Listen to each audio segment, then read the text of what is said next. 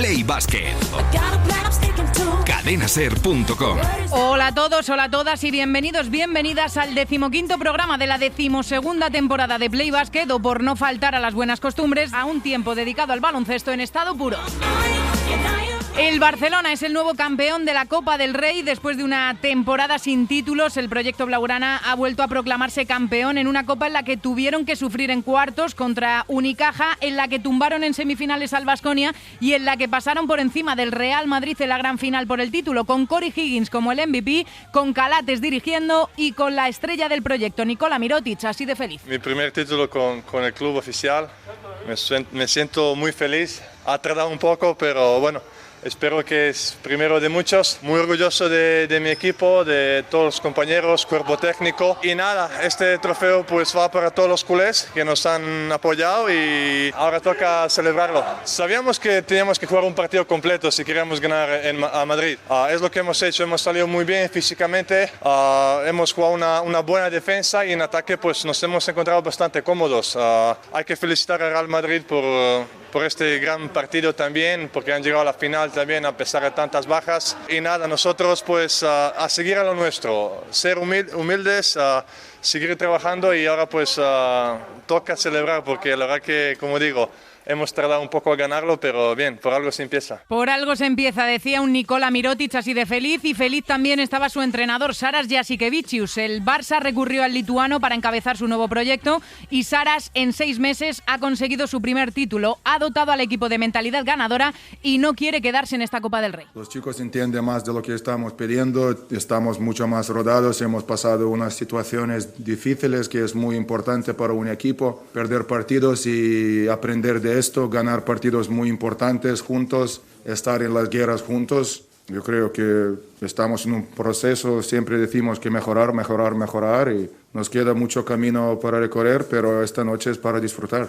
Bueno, yo creo que el club está pasando por un momento difícil, como ustedes todos sabéis. Yo creo que es una alegría para todos los culés, ¿no? Para el proyecto también, siempre... Como dice en vestuario alguien muy inteligente, siempre es mejor ganar que perder. Entonces sí que está muy bien, yo creo que es una semana para disfrutar. Y bueno, pero esto no se acaba aquí, lo vamos a disfrutar, hay que meternos enseguida en dinámica de partidos de Euroliga y seguir mejorando. Sobre todo yo creo que equipos, los que ganan al final del temporada, son equipos que siguen mejorando, van aprendiendo, como ya he dicho.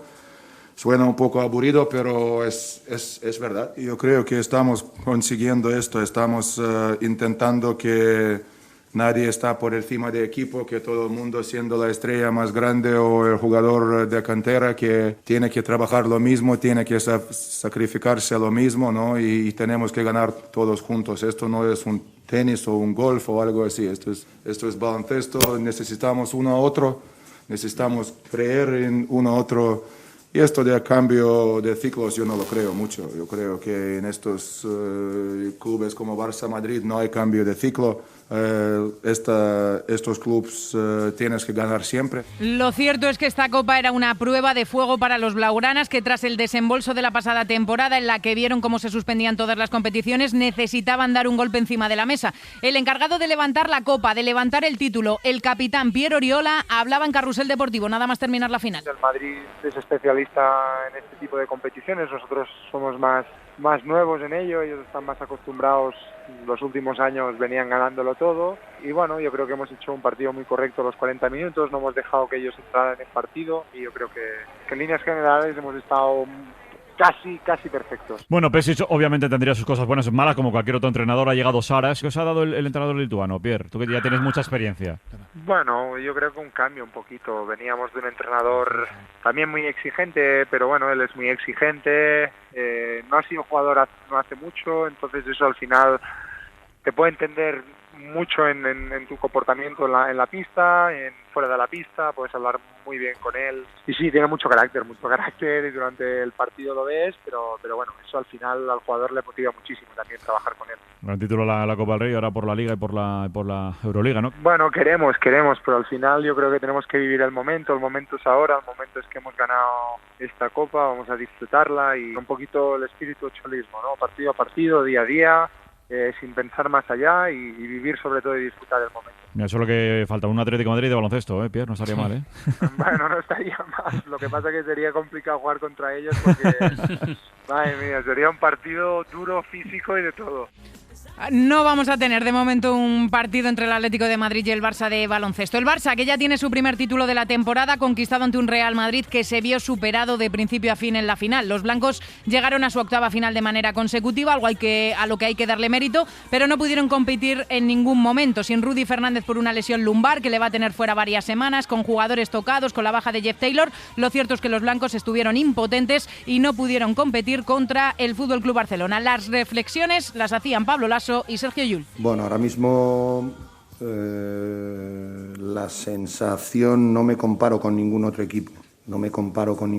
Pienso en el mío y yo creo que nosotros debemos mejorar si queremos competir al más alto nivel. Creo que la Copa del Rey, el equipo ha hecho un trabajo magnífico el jueves contra Valencia, un partido muy difícil, ha hecho un gran trabajo ayer contra el Tenerife y hoy contra el Barcelona ha podido ser, y por supuesto darle mérito al rival. Simplemente ellos han sido mejores, hay que felicitarles. Nosotros pues en la primera parte hemos estado muy mal, nos han sacado de la cancha pues por físico, por intensidad, por todo y bueno, luego hemos intentado pues más con el corazón que con la cabeza remontar, pero no hemos podido bajar de 10 y ya está, no hay más historia. La decepción en un Real Madrid de Pablo Laso, que en esta Copa del Rey se ha convertido en el entrenador con más partidos en la historia del equipo madridista. El equipo blanco que mira el futuro con dudas, sabiendo que va a ser necesario remodelar el proyecto. Tyus, el último en llegar, no convence. Garuba apunta al draft y jugadores como Sergio Llull, JC Carroll, Felipe Reyes, Gavi Deck o La Provítola acaban contrato. Por delante 2 títulos más, pero la sensación de que este va a ser un verano movido en las oficinas del Real Madrid. De esta manera terminó la Copa más extraña de siempre, sin aficionados en las gradas, en un ambiente desconocido y con el Barcelona levantando el título. Uno de los que ha podido vivir esta Copa íntegra desde el pabellón es el director de este programa, de este Play Basket, haciendo un paréntesis en sus vacaciones. Estaría feo que no lo hiciera. ¿Qué balance haces de esta Copa? ¿Qué sensaciones te ha dejado, director Francisco José Delgado? Hola, Pacojo, muy buenas. Me deja sensaciones raras. Hola, Marta.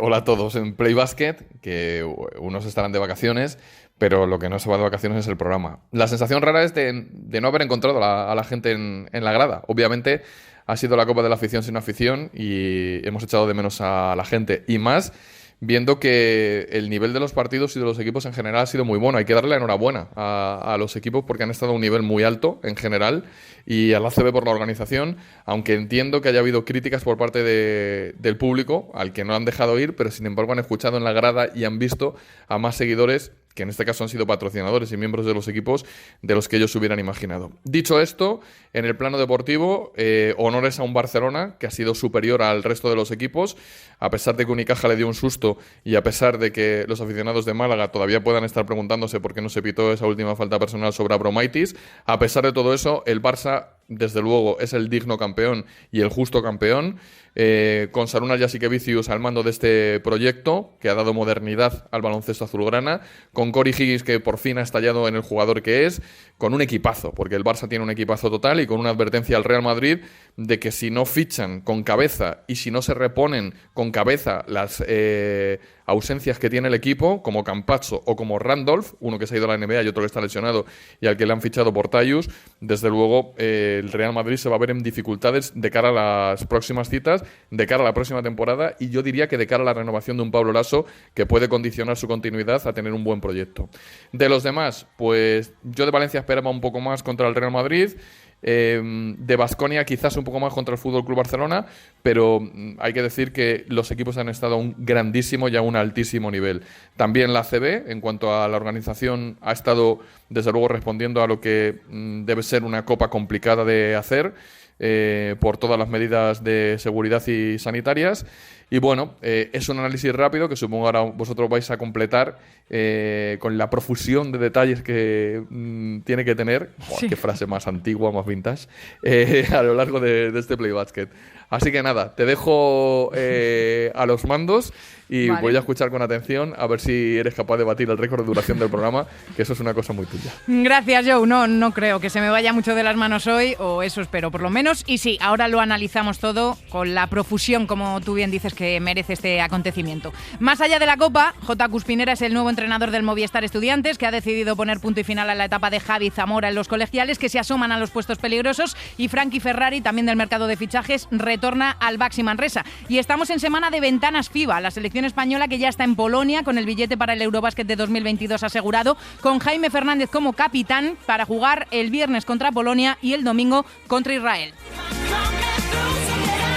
Pero como ya es costumbre, semana de parón por las ventanas FIBA no significa que pare, por ejemplo, la Euroliga. Vuelta a la competición esta semana para los 4 equipos españoles con, entre otros duelos, un cara a cara el viernes entre el Valencia Basket y el Real Madrid, con el partido de la Copa todavía en la retina. Además, en la NBA, preocupación en los Lakers con el Aquiles de Anthony Davis. Doncic continúa firmando numerazos, aunque no siempre sirven para que Dallas gane. Con LeBron dominando la carrera por el MVP. Con la etapa de Blake Griffin terminando en Detroit. Con Draymond Green rajando de cómo funciona la NBA en lo que a los traspasos se refiere. Y con las votaciones para el All-Star abiertas, con LeBron, Curry y Durant como de momento los 3 jugadores más votados, de cara a un All-Star que va a ser completo y en el que habrá también concursos. Se va a pasar por aquí uno de los jugadores que ha estado en la Copa esta semana pasada y que ahora tiene que cambiar rápidamente el chip por completo. Vamos a analizar todo lo sucedido en la Copa del Rey, miraremos a la NBA, por supuesto, y a la Euroliga. Y hoy la que no se va a pasar por aquí es nuestra queridísima Marta Fernández, a la que mandamos el mayor de los besos, el mayor de los abrazos, como también se lo mandamos a la pequeña Alba Miranda Fernández, que ya está aquí, seguro que una aficionada más al baloncesto y una oyente más de Play Basket. Pues nos metemos en faena y lo primero es lo primero, empezamos un Play Basket más con el periodista que más sabe de baloncesto del mundo. Empezamos con Anthony Daimiel y su mirada al universo Play Basket.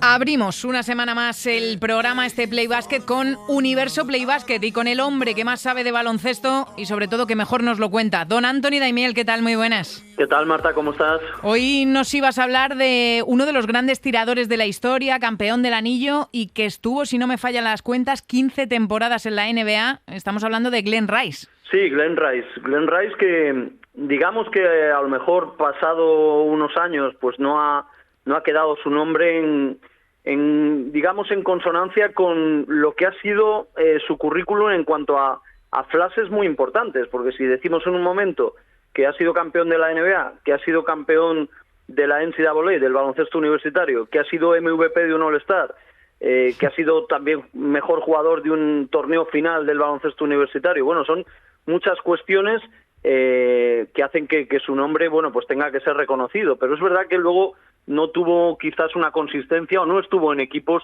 que lo llevaran a ganar o estar en finales o en playoffs año tras año. Para el que no le haya visto jugar, ¿de qué tipo de jugador estamos hablando, Anthony? Bueno, un gran tirador, sobre todo uno de los mejores tiradores de la historia. Era un grandísimo tirador digamos en catch and shoot, recibiendo y tirando sin bote, pero también podía botar después de podía tirar y anotar después de 2 o 3 botes.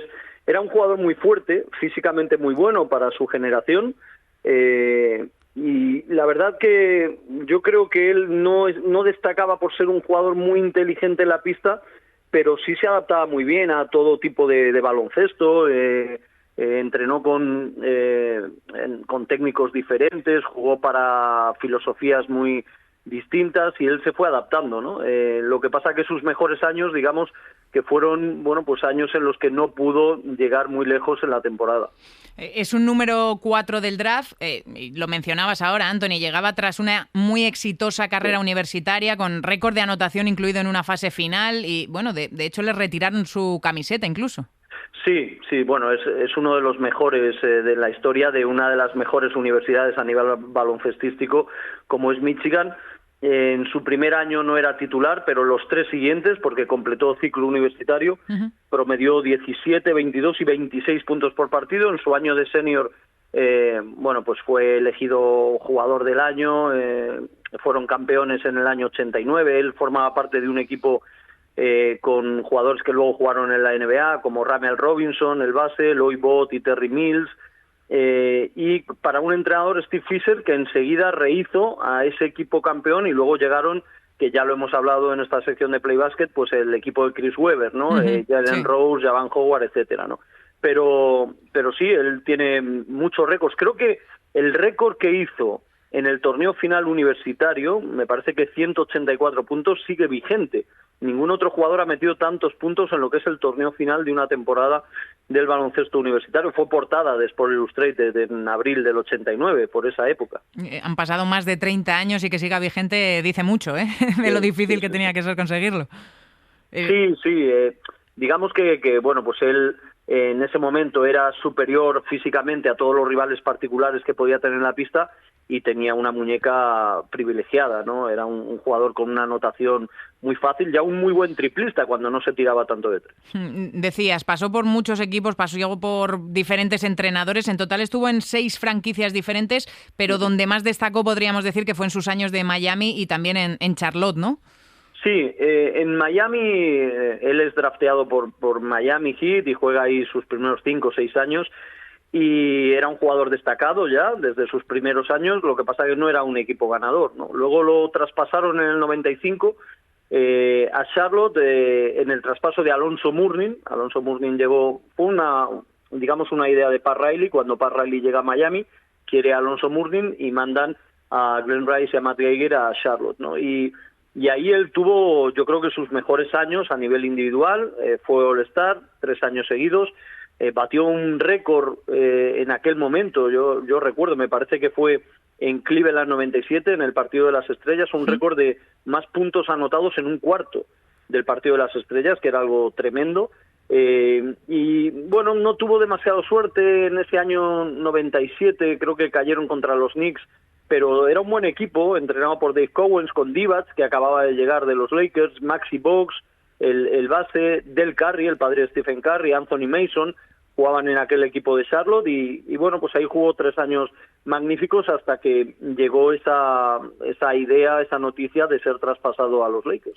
Y llega a los Lakers de Shaquille, a los Lakers de Kobe Bryant, que consigue ganar el anillo en el año 2000 con Phil Jackson en el banquillo. ¿Qué importancia dirías que tuvo en ese anillo, más allá, quitando a los grandes focos y las grandes estrellas de Shaquille y de Kobe?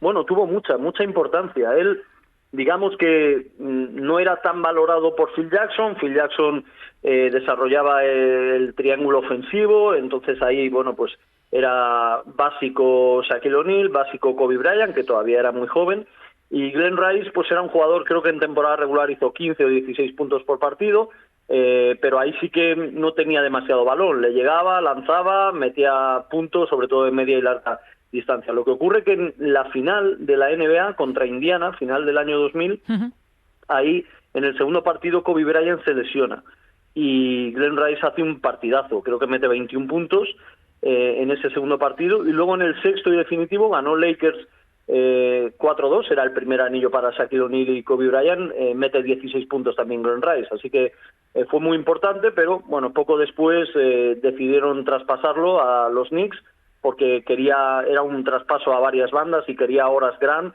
de ala pívot en los Lakers, Phil Jackson, y prescindió de Glenn Rice. Mencionabas tú antes, Anthony, el All-Star del año 97. Ese fue el que pasó a la historia.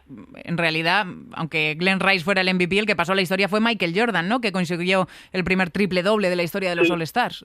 Sí, eso es. Bueno, eran los años de The Last Dance, ¿no? Eran años en los que Jordan estaba tratando de aprovechar al máximo el tiempo y a su mejor nivel, y efectivamente hizo triple doble, y luego al año siguiente en el Madison fue el partido ese en el que se picó Kobe Bryant contra Michael Jordan, ¿no? Así que eran años muy destacados, pero ahí yo recuerdo que nos sorprendió a todos un cuarto perfecto de Glenn Rice, ¿no? Que no dejó de lanzar y meter prácticamente todos los tiros que dispuso. ¿Dirías que al final hizo una carrera acorde a lo que se esperaba de él o a lo que apuntaba? Yo creo que se quedó por debajo, ¿no? Él podía haber formado parte de mejores equipos y con más bagaje, ¿no? Salvo ese año 2000 con los Lakers, que juega más de 20 partidos de playoffs porque llegan muy lejos. Luego sus equipos cuando se metieron en playoffs, pues no tuvieron mucho éxito, cayeron en primera ronda, algún año en segunda ronda. De hecho, él se va en la temporada del lockout, justo un año antes del título, se va a los Lakers en el traspaso de Eddie Jones, y ya juega la temporada anterior con Kobe Bryant y Shaquille O'Neal, pero fue un año de cambios en el banquillo de los Lakers, acabaron con Kurt Rambis y cayeron 4-0 contra San Antonio. Y luego ya empezaron las lesiones, ¿no? Pasó por los Knicks, pasó por Houston, acabó en Clippers, pero ya tuvo lesiones y ya fue un jugador, también tenía ya bastantes años, y estuvo muy lejos de su nivel. Un tirador excelso, uno de los mejores desde la larga distancia. Decías antes, en un tiempo en el que no se tiraba tanto de triples, sería un arma mucho más mortífera, seguro, en el baloncesto de hoy. Seguro. Mira, él, digamos que para su época lanzaba mucho, ¿no? Y para mucha gente en aquella época lanzaba demasiado de 3 puntos, ¿no? Hoy en día le hubieran pedido que lanzara mucho más, porque era un jugador de mucho acierto, de grandes porcentajes en los tiros de 3. Y bueno, pues creo que su récord, hizo un partido de 8 de 10 triples, creo, contra Portland, precisamente en los playoffs del año 99, jugando ya con Lakers, hizo un partido de 8 de 10 triples. Me parece que es su récord en cuanto a más triples anotados en un partido, pero hoy en día se podía haber ido a 11, 12 triples, pues como estamos viendo con Stephen Curry, ¿no? Porque digamos que era uno de los mejores tiradores que se ha visto nunca en la NBA. ¿A qué jugador te recuerda de los de hoy? ¿Dirías que es más eso, un Stephen Curry, un Klay Thompson, o por dónde lo tirarías tú?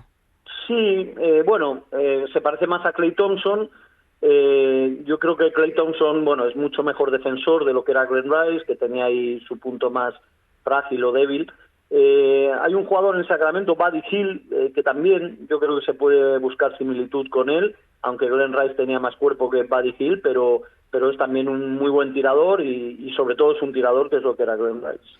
Es el padre del también jugador Glenn Rice Jr., claro, que ha sido más noticia por los turbios asuntos extradeportivos y judiciales que por sus andanzas sobre una pista de baloncesto, ¿no? Sí, la historia de este chico, del hijo mayor de Glenn Rice, es tremenda y, muy desgraciada, muy negativa, ¿no? Él pudo jugar en la NBA, en Washington, pero, pues enseguida hubo problemas extradeportivos.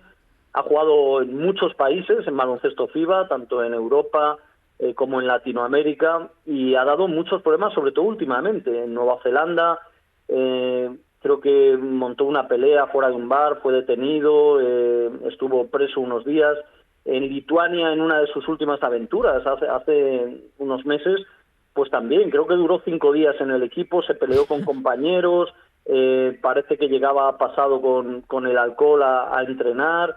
Una vida desastrosa, ¿no? Glenn Rice fue un hijo, Glenn Rice Jr., de Glenn Rice antes de su primer matrimonio con Cristina Fernández y la verdad que supongo que su educación no ha sido la mejor. También, pues hubo muchos problemas en esa familia, luego acabaron divorciados Glenn Rice y Cristina Fernández, y me parece que tuvieron 3 hijos, más 2 anteriores que tenía Glenn Rice.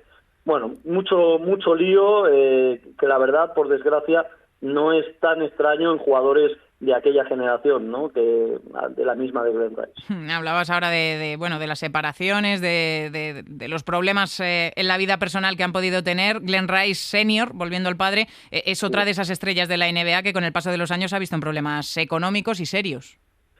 Sí, sobre todo, pues me parece que él se divorcia de Cristina Fernández en el 2008. Hablo de Cristina Fernández así porque en aquella época en la que, él estuvo en Charlotte, luego en los Lakers, ella, su esposa, se hizo muy famosa, ¿no? Incluso yo recuerdo en las finales del 2000, pues ella estaba por allí antes de los partidos, después hablando con todo el mundo. Era, muy extrovertida y muy conocida, ¿no? De hecho, luego ha hecho programas de televisión posteriormente, ¿no? Sobre todo en Florida. Y hubo un divorcio muy fuerte, una anécdota de película, por así decir, porque fue detenido Glenn Rice por violencia doméstica, porque parece que ellos ya estaban separados, pero llegó a una casa que todavía era propiedad de él, y había un hombre que estaba con Cristina Fernández metido en el armario. Y entonces lo descubrió dentro del armario Glenn Rice, y acabó detenido. Y cuando le estaba pidiendo la pensión por los hijos que tenían en común, ahí se declaró en bancarrota, el que había ganado, creo que casi $70 millones en su época de jugador, y debido a esa declaración de bancarrota, pues pasó la pensión de $1.500 que estaba pagando a $600 por uno de sus hijos, ¿no? Y no le ha ido demasiado bien posteriormente. Creo que es últimamente promotor de artes marciales mixtas, allí en Florida. O sea, en que Miami. se alejó del baloncesto Sí, ya. Sí, no está demasiado ligado. A veces lo entrevistan, recuerdan su época dorada. Creo que ha habido un reportaje hace poco, precisamente en Sport Illustrated, sobre sus actuaciones en la Universidad de Michigan, pero no, está lejos, ni tampoco se le ve muy encima, muy ligado a Miami Heat, ni siquiera. ¿Sabes ya de quién nos vas a hablar la semana que viene? ¿Le has estado dando vueltas ahí?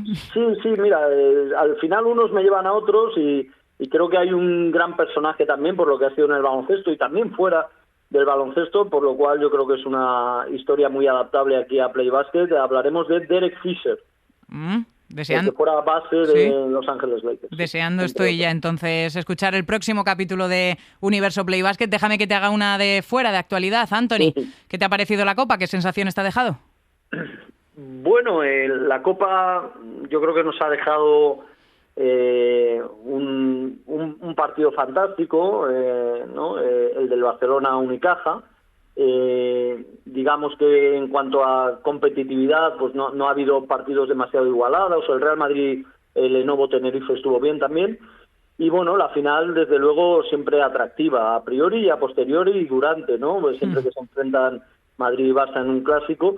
Yo creo que digamos que es un punto de inflexión en la temporada para llevar al análisis y a la reflexión lo que es ahora mismo el Barcelona y lo que es ahora mismo el Real Madrid, ¿no? Porque ese partido no deja de ser una consecuencia de lo que están viviendo uno y otro equipo esta temporada y bueno, y a lo mejor nos lleva también a cambiar la noción o la idea que tenemos de estos equipos o de lo que puede pasar a partir de ahora, cuando todavía tienen dos competiciones como la Liga Endesa y la Euroliga por disputar, ¿no? El Barcelona, es obvio, fue bastante superior. El Barcelona está en un proceso de crecimiento, de adaptación a lo que quiere Jasikevičius, tiene una grandísima plantilla, y el Real Madrid, bueno, es lo que es. Yo mi conclusión es que para poder competir contra el Barcelona en Liga Endesa y para poder competir contra el Barcelona y los, 3, 4 mejores de Euroliga, el milagro que hay que pedirle a Pablo Laso tiene que ser mayor que en años anteriores, porque cuenta con menos recursos, es obvio. Campazzo no ha tenido sustituto, el sustituto de Randolph ha sido Alex Tyus, que es un jugador que de momento cuenta muy poco, y bueno, pues la plantilla va cumpliendo años, hay jugadores que están lejos de su nivel, y eso es lo que tiene que marcar la exigencia que haya al Real Madrid, ¿no? Por encima de lo que es el nombre y el club. La verdad es que me pasaría horas escuchando y hablando con Anthony Daimiel, pero creo que ya he abusado bastante de su confianza. Así que hasta aquí. La semana que viene otro crack al análisis bajo la lupa de Anthony Daimiel, como es Derek Fisher, al que conoceremos un poquito más. Anthony, como siempre, muchísimas gracias. Un placer enorme. Bueno, como siempre, un placer. Un beso. Cerramos Universo Play Basket por esta semana y abrimos ahora el tiempo de análisis con todo lo que ha ocurrido precisamente estos días en la Copa del Rey. Tiempo de tertulia, tiempo de análisis de lo que hemos vivido en los últimos días en la Copa del Rey más extraña de todos los tiempos, y lo vamos a hacer con quién si no, con el tridente que más sabe y con el que mejor lo cuenta. Don Xavi Seisó, ¿qué tal? Muy buenas. Hola Marta, ¿qué tal? Saludos a todos. Don Lalo Alzueta, buenas tardes. ¿Qué tal? Buenas tardes, Marta. Don Miguel Martín Talavera, ¿cómo estamos? Muy buenas, ¿cómo estáis? ¿Cómo han sido, Xavi, las horas después de esa Copa del Rey para el Barça? Cuéntanoslo. Bueno, pues la verdad es que yo creo que donde más se desató la euforia fue pues en el mismo vestuario del Wishing Center y luego en el autocar camino del aeropuerto y en el mismo avión destino a Barcelona, y bueno, pues ya digámosle con una cierta tranquilidad, porque bueno, el Barcelona ya piensa en el Zalgiris, que va a ser esta semana, vuelve la Euroliga, pero bueno, sí, fue una celebración realmente especial esta del Barcelona, porque se sacaron un peso de encima para conseguir ya ese primer título que se resistía entre una cosa y otra, y bueno, pues la verdad es que los chicos estuvieron pues muy eufóricos, incluido el mismo Saras, y fue una celebración, diría yo, bastante completa, Marta. Un Barça muy competitivo a lo largo de toda la Copa del Rey, que supo sufrir también cuando tuvo que hacerlo, por ejemplo en el partido de cuartos de final Tala contra Unicaja, el justo ganador, ha sido el mejor equipo de la Copa. Sí, yo creo que sobre todo a partir de semifinales ha sido un auténtico rodillo, tanto para llevarse por delante a Baskonia como para llevarse por delante al Real Madrid. Es verdad que el principio le costó entrar en la Copa. Al final esto es lo que tiene esta competición y por eso es tan apasionante, porque llega un equipo que está fuera de los 8 primeros, como era Unicaja, que llegaba a 9º después de una mala racha, y la verdad que le puso contra las cuerdas y durante algunas fases incluso tuvo el partido perdido, teniendo que remontar. Pero bueno, ya a raíz de la segunda parte, cuando remonta esos, no sé si llegaron a ser 18, 20 puntos de diferencia en algún momento con el equipo de la Costa del Sol, pues ya se vio que era un equipo a más, y yo creo que con ese aviso serio de los cuartos de final, pues vimos un equipo muy enchufado desde el primer minuto, tanto en semifinales como en la final. Higgins MVP, Mirotic ganando su primer título de culé, Abrines sin fallar un tiro, Calates como director de orquesta. No sé quién ha sido para ti el nombre propio de esta Copa, Lalo, ¿con qué te quedas? ¿Qué te ha parecido el Barça? Bueno, yo me quedo con la confirmación de un equipo que ha sabido aguantar el peso del favoritismo que le daba toda la prensa, porque obviamente se lo merecían, era el equipo que llegaba más en forma, y a veces eso lo hemos visto en otras ediciones de la Copa.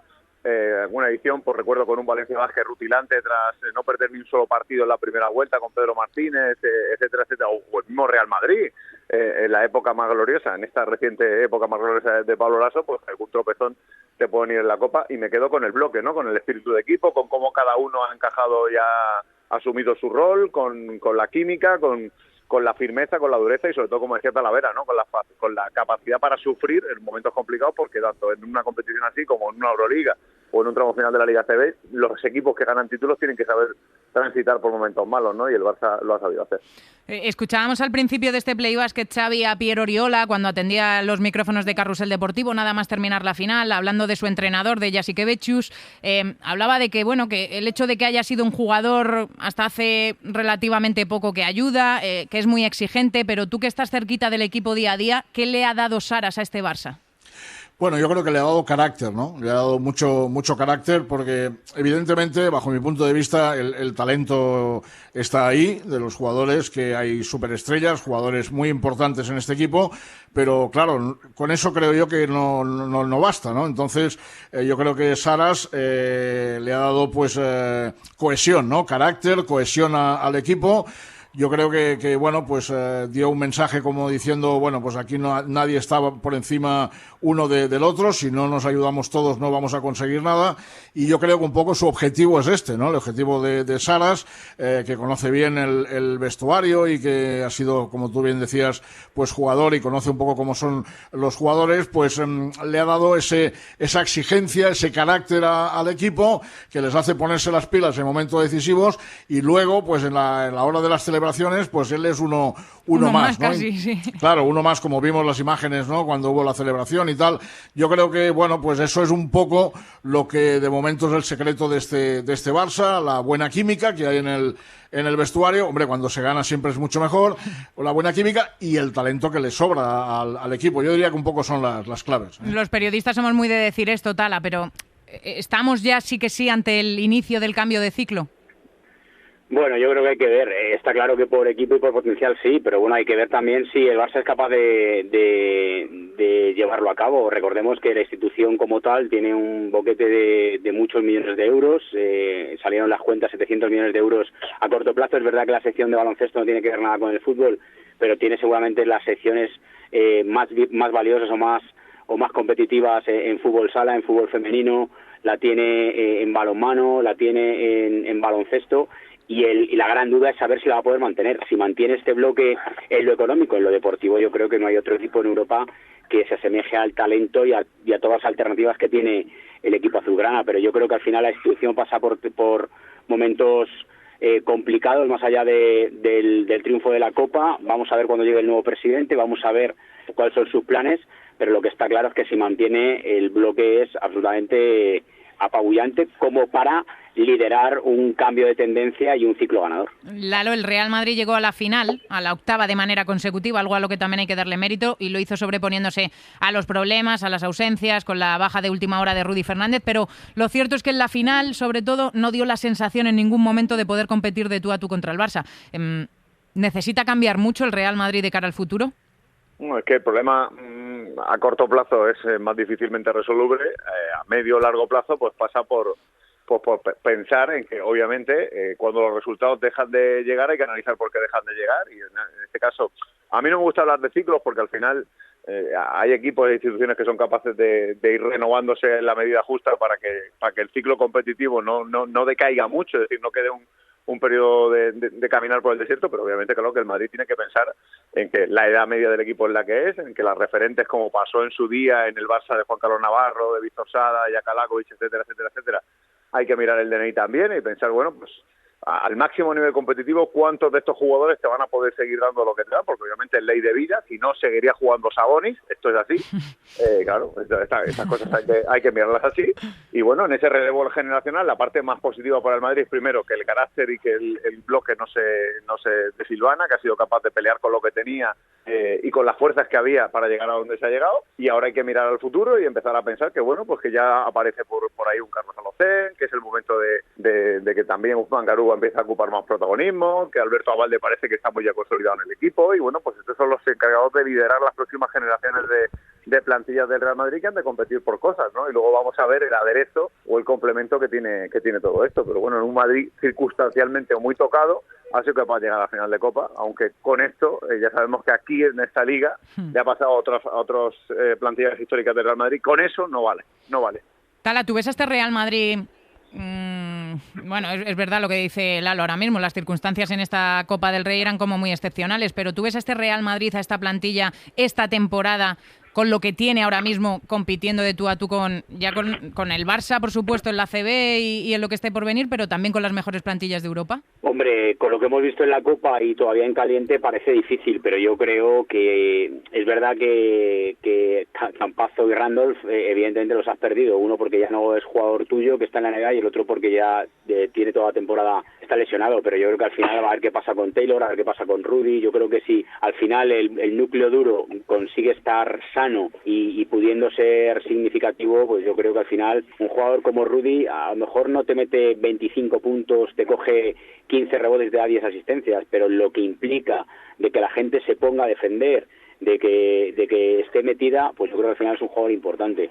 No sé si para darle para competir, yo creo que ahora mismo con este Barça no, seguro que no, y seguramente hay algún equipo de Europa que tampoco, pero yo creo que para estar mucho más cerca de lo que vimos en la final, creo que tiene todavía trazos de ese equipo campeón que se va acabando, que se va apagando, que tiene, como decía Lalo, también algunos brotes verdes con los chavales que han sobresalido en la recta final de la Copa, pero evidentemente le queda todavía, claro. Del resto de equipos, del resto de partidos que hemos podido ver en esta Copa del Rey, Xavi, voy a empezar por ti, que has estado ahí viéndolo en el Palacio de los Deportes in situ. Brizuela liderando a Unicaja, Pierre Henry en Baskonia, el Lenovo Tenerife llegando a su tercera semifinal en la historia. No sé con qué te quedas, qué es lo que más te ha gustado, te ha llamado la atención. Bueno, pues yo creo que el proyecto de Tenerife, de Chus Vidorreta, poco a poco va avanzando, ¿no? Es decir, cada vez va dando un paso más, y yo creo que es un proyecto muy interesante, que en un momento determinado puso contra las cuerdas al Real Madrid. Lo que pasa que el Real Madrid, como también pasó en la final, y eso quisiera destacarlo, sacó todo su coraje, su bravura, y en esa semifinal sí que pudo darle la vuelta al partido cuando tenía un momento difícil. Pero me quedo un poco con ese Tenerife, ¿no? Ese Tenerife que de cuartos ya está a semifinales, y que si no se estropea por cualquier cosa, pues lógicamente pues es un equipo que tiene un futuro, y que, quién sabe, puede aspirar en un futuro, yo creo no muy lejano, más bien próximo, a intentar luchar por algún título nacional, ¿no? Y también, bueno, pues al margen de eso, parece un Unicaja también recuperado. El Baskonia, como siempre, pues que es una montaña rusa, ahora va arriba y ahora abajo, y la Peña, bueno, pues que es un equipo que se está construyendo en este momento. Pero respondiendo un poco a tu pregunta, Marta, yo me quedaría un poco con el proyecto del Tenerife. Lalo, ¿con qué te quedas tú de esta Copa del Rey? Pues yo, mira, me quedo con la ilusión de un equipo que llegaba por primera vez, que la ha intentado paladear y disfrutar después de la resaca de la FIBA, de la final de la Intercontinental, de la FIBA Champions Copa Intercontinental, que es San Pablo Burgos, que bueno, que pese a que sabían que no llegaban en una condición física, mental y anímica idónea para pelear, han ido a pelearlo, han representado, ¿no?, ese espíritu de la ilusión del debutante en la Copa. Me quedo con las ganas que le ha puesto Unicaja, pero pese a llegar fuera de puestos de playoff, y esto me imagino que les va a dar una inyección de moral y de adrenalina. Y en este caso, en las decepciones, me quedo pues con Valencia Vázquez, ¿no?, que tenía la posibilidad de dar un paso al frente, de posicionarse y demás, porque lo de Baskonia ya lo hemos analizado, ¿no? Es un equipo que como se lo crea y como esté confiado, a final de temporada no lo querría ver ni en pintura en un playoff, porque tiene muchísimo talento y sobre todo un físico y una energía que, como sea bien encauzada, es un equipo peligrosísimo. ¿Y tú, Tala? Pues seguramente también Tenerife que ha llegado para quedarse. Creo que si le dan continuidad al proyecto es un equipo que, como los grandes no anden finos, les puede pegar un bocado a algún título. Lo tengo claro, porque además tiene plantilla, tiene versatilidad. Para mí tiene uno de los mejores entrenadores, que es Chus Vidorreta. Y luego me quedo con... Es verdad que quizás no es un equipo, pero me quedo con la exhibición de Darío Brizuela. Yo creo que a ese nivel es un jugador absolutamente espectacular, es un jugador prácticamente indefendible, carga rapidísimo el tiro, te penetra, es un jugador muy competitivo y que es capaz de liderar un proyecto ganador. Es verdad que estas exhibiciones de la Copa, pues luego hay que darles continuidad en el día a día y contra cualquier rival, y eso es lo más difícil, porque yo echaba la vista atrás viendo el protagonismo escaso o nulo, que por ejemplo en la final tuvo muy pocos minutos, pérdidas, un auténtico desastre, la Provítola.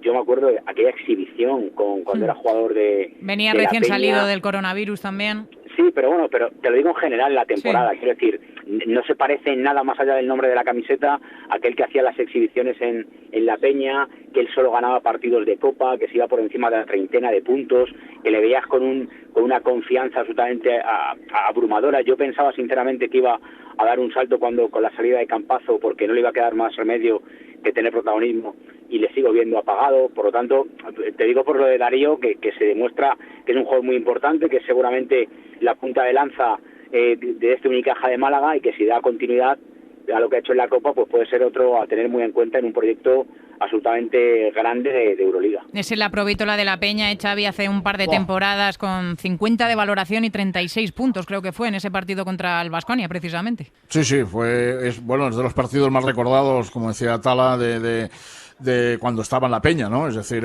fue tremendo aquel momento que tuvo, muy parecido a lo de Brizuela este año, pero bueno, efectivamente la Provítola le está costando en el Real Madrid, pero tuvo su momento de gloria, quizá porque, Marta, en la Peña pues era todo el juego pasaba por él, ¿no? Claro. Efectivamente, todo el juego pasaba por él, y no es lo mismo la camiseta de la Peña que vestir la camiseta del Real Madrid, obviamente. Y la cantidad de minutos que seguramente podía tener cuando estaba con la Peña, la diferencia que tiene ahora en el Real Madrid. Por cierto, Lalo, en el Real Madrid la Copa nos ha dejado también récords, no les van a servir mucho de consuelo, pero siempre son importantes cuando se mira la hemeroteca y cuando van pasando los años. Pablo Laso convirtiéndose en el entrenador con más partidos en la historia del club, y con Felipe Reyes como el jugador con más partidos en la historia de la Copa del Rey. Sí, bueno, estas son las cosas que como antes apuntabais, se acaban valorando con el tiempo, y a mí me gustaría que se valorasen antes, ¿no? De que pase todo este ciclo generacional, ¿no? O sea, igual que lo decíamos, y ahí están los podcasts de Play Basket grabados, que cuando había críticas, sobre todo en la última etapa de Xavi Pascual, yo consideraba que un entrenador que había metido al equipo prácticamente en casi todas las finales de una década, que había disputado casi siempre Final Four y demás, que todo eso tiene un mérito brutal, porque estar en ese escalón competitivo, aunque no lleguen los títulos, es muy difícil. Y bueno, pues toda esa era Laso, no solamente se ve beneficiado su registro de récord, que es uno de la terna del Olimpo, del cielo de entrenadores del Real Madrid, que es lo hay con Pedro Fernández y Pablo Laso, también jugadores que son parte de la historia con mayúsculas. El último superviviente de la generación en España de los Juniors de Oro, que sigue haciendo historia, Felipe Reyes, ¿no? También indica muy bien cómo se han movido las piezas en el Madrid, ¿no? Sí. O sea, viene el Estallus y al final, para dar descanso a Tavares, acaba tirando de Felipe. Bueno, pues así está el patio, ¿no? Más allá de la Copa del Rey, Tala, cambio en el banquillo del Estudiantes, sale Javi Zamora y aterriza J. Cuspinera. La verdad que el proyecto, todo lo que engloba en los últimos años de Estudiantes es complicado, era un marrón importante para Javi Zamora, y al final, bueno, pues los resultados son los que te van a avalar, te van a dar confianza, te van a dar estabilidad, o te van a catapultar fuera del equipo. Es lo que le ha pasado a Zamora. Y llega J. Cuspinera. Yo la verdad que tengo debilidad por J. Me parece un gran entrenador, me parece un gran constructor de un proyecto. Creo que tiene que tener suerte, creo que necesita esa pizca de suerte para tener buenos resultados que le den confianza, que le avalen dentro de la caseta y en los despachos de la entidad colegial, y creo que se lo merece, que le salgan bien las cosas, y ojalá por el bien de Jota y del estudiante les haga bien. Este miércoles va a ser presentado Jota Cuspinera, que va a tener unos días para trabajar con la plantilla, para conocer a sus nuevos jugadores, Xavi, porque, bueno, dejamos la Copa del Rey atrás, pero, bueno, volvemos a tener Euroliga a finales de semana, pero no vamos a tener jornada de la Liga Endesa CB porque tenemos parón por las ventanas con 2 partidos más para la selección, eso sí, con la tranquilidad de vernos ya clasificados para el Eurobásquet. Sí, efectivamente, España que tiene que hacer el trámite de jugar esos 2 últimos partidos, por tanto, bueno, pues va probaturas, vamos a llamarle así, para Sergio Scariolo. Y déjame que te diga una cosa, Marta, las porque que yo tengo una pedrada en estas cosas, pero que o sea, creo que la final, volviendo un poco a la Copa, que la final entre el Real Madrid y el Barça ha vuelto a ser una final de baloncesto, ¿no? Con la que nos gusta a la gente del básquet, más allá de quien gane o quien pierda. Yo creo que la de hace 2 años se envenenó de una forma, bajo mi punto de vista, que a mí no me gustó, al margen de quien tuviera razón o quien no la tuviera, ¿no? Y tal, y yo creo que afortunadamente pues hemos vuelto, y espero que sea así. El Real Madrid luchó, lo intentó todo, intentó ganar y al Barcelona no pudo, reconoció que el Barcelona había sido superior, y yo espero que si alguna vez es al revés, que el Barça no pueda tal igual, pues haga lo mismo, ¿no? Pero que afortunadamente vuelva a ser, bajo mi punto de vista, una final de baloncesto, que es lo que todos queremos. Una final de baloncesto. Hemos hablado de baloncesto. La única polémica que hemos tenido en esta Copa del Rey fue esa jugada en el último instante de Abromaitis en el partido contra el Barça, con Katsikaris expulsado, y que es verdad que lo protestaron los jugadores de Unicaja, también su entrenador, pero ha sido la única polémica que hemos tenido en esta Copa, Xavi. Sí, ahí ha habido esa historia. Bueno, hay una foto ahí que, en fin, vamos a ver, ¿no?, qué es lo que sucede, pero también digo una cosa, bajo mi punto de vista, a los árbitros les cuesta mucho pitar esas últimas jugadas. Les cuesta mucho. Le cuesta con el Barça, le cuesta con el Madrid, le cuesta con equipos grandes. ¿Le hubiera costado el partido al Barça? Seguramente. Claro, tenía que haber entrado el tiro libre también, ¿no? Pero sí, esa fue la parte de polémica. Chicos, no sé si nos hemos dejado algo por apuntar o queréis decir algo más. No quiero yo que os quedéis con la palabra en la punta de la lengua. No, yo respecto a esto último que estabais hablando de lo de la polémica de esa jugada, yo creo que más allá del acierto o del desacierto, sí me gustó la actitud del ACB cortando de raíz, y al final con Conde como triste protagonista de ese final de partido, y sobre todo, más allá de acertar o no acertar en una jugada, son décimas de segundo, y yo siempre admitiré que un árbitro se puede equivocar.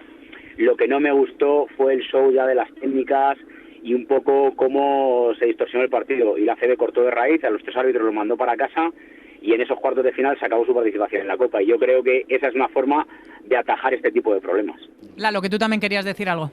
No, yo quería decir primero 2 cosas. Una, que cuando una final se decide por tanto margen y tanta diferencia, queda poco lugar para la polémica, porque es que te devora cualquier mal. Las polémicas surgen cuando hay una cosa igualada, empatada, donde pequeños detalles pueden decidir. Aquí tenía que haber sido 25 polémicas arbitrales seguidas a favor de un equipo para haber desnivelado la Copa. Y 2, que solo confío, espero y deseo que sea la última Copa donde no escuchamos al público, donde no escuchamos, aunque sea para escuchar bronca.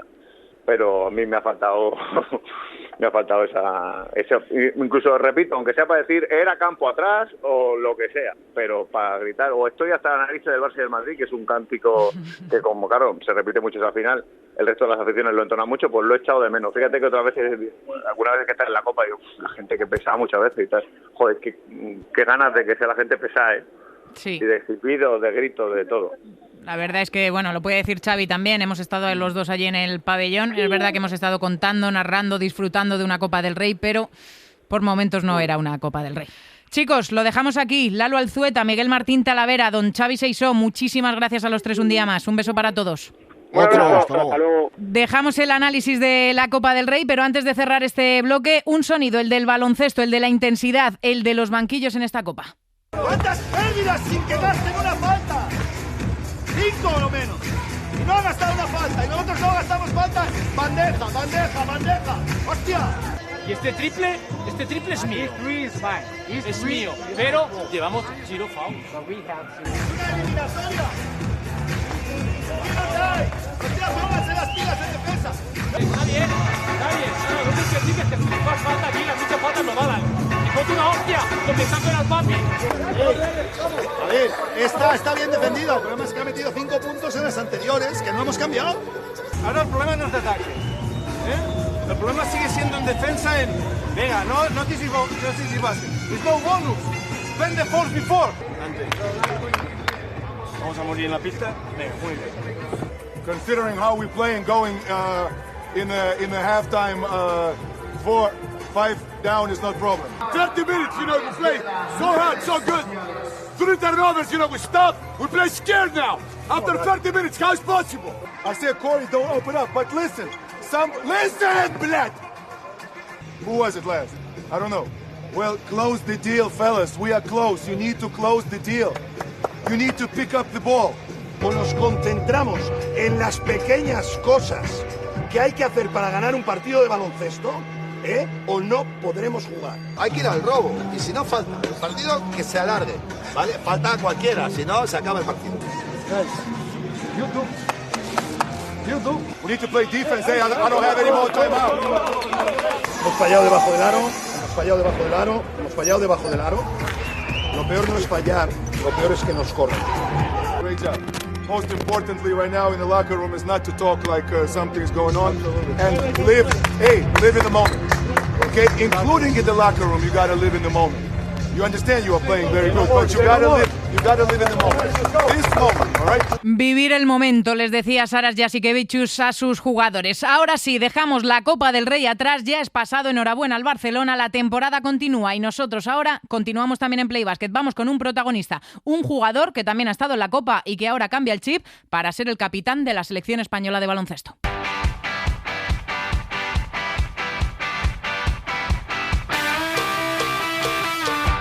Seguimos en este Play Basket. Muchas veces decimos eso de que los deportistas están obligados a cambiar el chip muy rápido y a dejar atrás lo que va ocurriendo durante la temporada porque el calendario, lo cierto es que no da ni una sola tregua. Y yo creo que no nos equivocamos cuando lo decimos. Es el caso, yo creo, de nuestro siguiente protagonista, uno de los líderes de Unicaja que viene de jugar y de complicarle la vida y de qué manera al campeón en la Copa del Rey y que ahora ha tenido que hacer ese cambio de chip rapidísimo para volver a la selección española, algo que ya de por sí le tenía muy feliz y para estrenarse además como el capitán. Jaime Fernández, ¿qué tal? Muy buenas. ¿Qué tal? Muy buenas. No me equivoco si digo eso, ¿no? Que ha tocado cambiar el chip muy, muy rápido. Sí, la verdad que sí. Hace nada estábamos ahí, compitiendo por la Copa y ahora con cambiar el chip, con un equipo completamente nuevo, con sistemas nuevos y pues ya está. Es lo que toca y encantado, la verdad, de volver a la selección. Y con capitán nuevo, ¿qué tal te suena eso? Capitán de la selección española, Jaime Fernández. Suena fuerte, sí. Da un poco de respeto, la verdad, ser el capitán de la selección.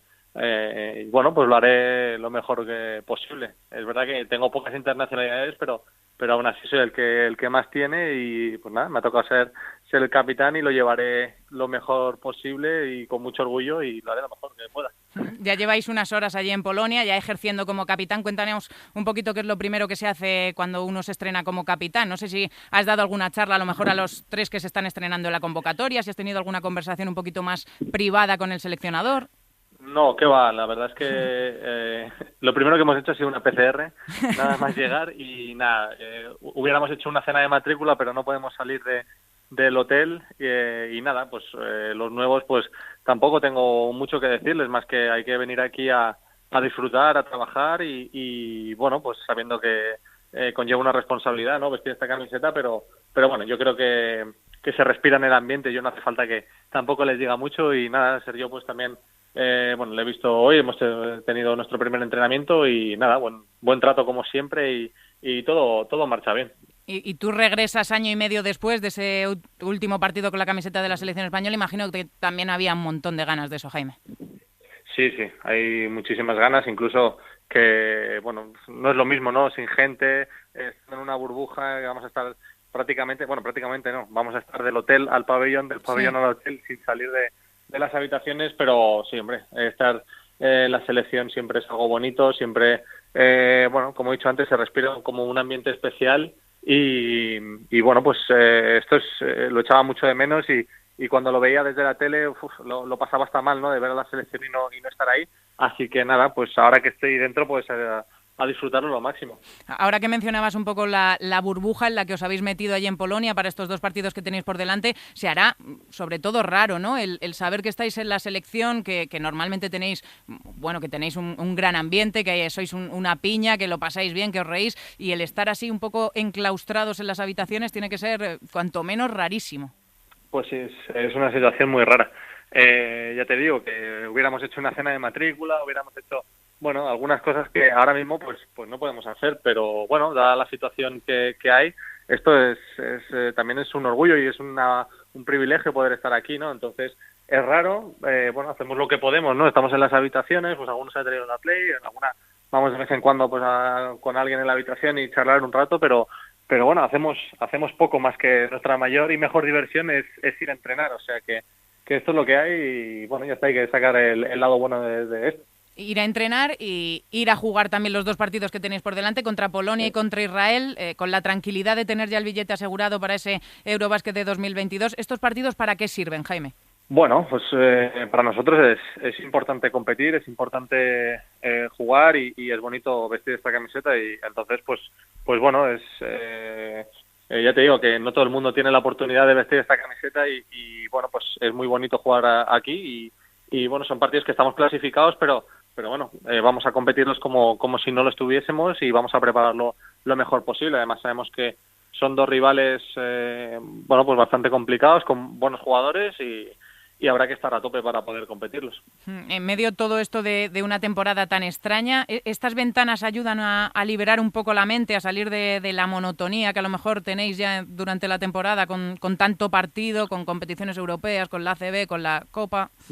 Sí, es verdad. Yo, bueno, particularmente estoy muy contento en mi club en Málaga, pero es verdad que muchas veces viene bien, ¿no? Un poco de airearse, un poco de salir, un poco de ver la misma gente, la rutina y bueno, pues viene muy bien venir a la selección. Además, bueno, pues ver a gente que, bueno, pues que durante el año no ves tanto, ¿no? Y que tienes buena conexión dentro de la selección, pues bueno, siempre es un momento bonito. Las ventanas, que al principio empezó siendo esto como una cosa algo diferente y que no sabíamos muy bien cómo iba a salir, pero bueno, ahora la verdad es que las ventanas a mí particularmente me dan un aire fresco muy bueno. Al principio casi que se veía, no digo vosotros, sino desde fuera a lo mejor como el marrón que os encargaban.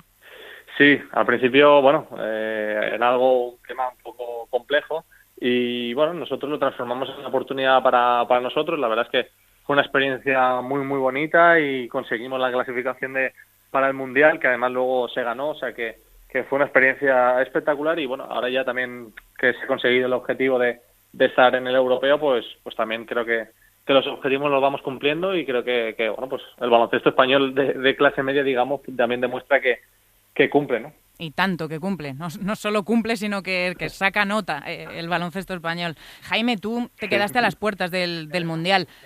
¿Has soñado mucho con la opción, con la posibilidad, por qué no, de poder estar en los Juegos Olímpicos? Hombre, como soñarlo, sí lo sueñas, ¿no? Pero es algo que tampoco le doy demasiadas vueltas, ¿no? Yo voy a intentar hacer lo mejor posible en mi club, cuando estoy en la selección, hacerlo lo mejor posible y bueno, luego Sergio tendrá que decidir. Está claro que mi puesto está muy caro y soy consciente que es muy, muy complicado, pero bueno, yo ya he iniciado un poco ese camino en la selección, el año pasado, hace 2 años en el Mundial, en las ventanas y demás, y bueno, ojalá pueda, pero bueno, yo voy a hacer lo que esté en mi mano y lo que no, pues estaré tranquilo con ello. ¿Tú cómo te encuentras? Físicamente ya estás a tope, lo de convivir con el dolor como rutina, ¿eso es parte ya del pasado? Bueno, todavía puedo mejorar un poco más, sí que es verdad que voy notando mejoría semanal, incluso mensualmente, o sea, voy bastante mejor, pero todavía me queda mucho. Es verdad que ha sido una operación complicada y bueno, a veces me duele un poco los 2 tendones, pero voy bastante bien y me encuentro mucho mejor y voy cogiendo mejor ritmo, ya me encuentro un poco más explosivo y me encuentro bastante bien, sin estar todavía al 100%. Ahora hay que tomárselo con calma también, ¿no? No perder la cabeza en ningún momento. Sí, bueno, ahora la verdad es que no he perdido la cabeza nunca en ningún momento, simplemente entrenar progresivamente, sí, nada, entrenar progresivamente, evidentemente ahora estoy al ritmo de todos los jugadores, entreno con el grupo y bueno, cada vez pues es verdad que parece mentira, el cuerpo es muy injusto, ¿no? En cuanto paras un poco, se pierde todo, ¿no? Y cuesta mucho ganarlo. Entonces, pues nada, entrenando físicamente, buscando coger ritmo de competición, y yo creo que lo voy consiguiendo poco a poco. No estaba exagerando, Jaime. Te acostumbraste a convivir con el dolor y no precisamente una semana, un mes, durante años. Sí, durante muchos años, sí, estuve... Bueno, yo tengo recuerdos ya en Estudiantes que me dolía el tendón de Aquiles, o sea que ha pasado muchos años con dolores, pero bueno, al final también te acostumbras, ¿no? a tener ese dolor y a convivir con ello.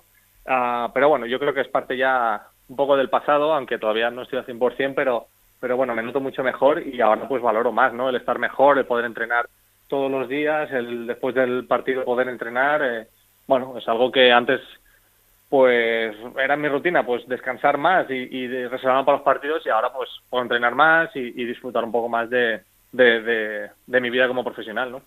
Déjame que te haga una de un pasado muy reciente, ya superada la decepción de haber caído en cuartos después de haber plantado cara en la Copa del Rey contra el Barça, pero imagino que terminasteis orgullosos, ¿no?, con el papel de Unicaja en la Copa del Rey. Sí, yo creo que, bueno, plantamos cara al Barça, competimos muy bien y, bueno, pues se nos escapó el partido.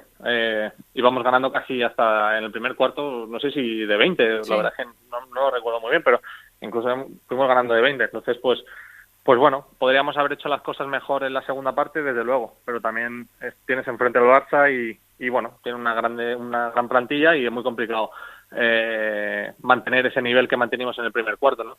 Aún así, creo que bueno, hicimos un gran partido, estuvimos ahí, lo tuvimos muy cerca, jugamos la prórroga y al final pues no pudo ser, una lástima, pero orgullosos del partido que hicimos. ¿Tú tienes ya la camiseta esa que está circulando de Team Abromaitis y un 2+1? No, yo no tengo esa camiseta.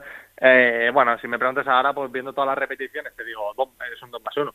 Pero en el partido, pues me imagino que costará verlo. Los árbitros siempre intentan hacer el mejor trabajo posible y yo creo que jamás intentarían favorecer a uno o al otro, pero bueno, viendo las repeticiones, yo creo que es un 2+1. Ahora, creo que los árbitros son profesionales y siempre hacen el mejor trabajo posible. Mala suerte que en esa acción yo creo que no acertaron, y en otras, pero bueno, en algún momento o en otro partido igual nos favorecerían a nosotros. Entonces, pues bueno, ya está, esto es lo que hay, así fue el partido y no hay que darle muchas más vueltas. Y ya está, y la Copa del Rey terminó, Jaime, y aquí todos somos humanos y todos nos equivocamos en algún momento de nuestra vida, eso seguro. Pues sí.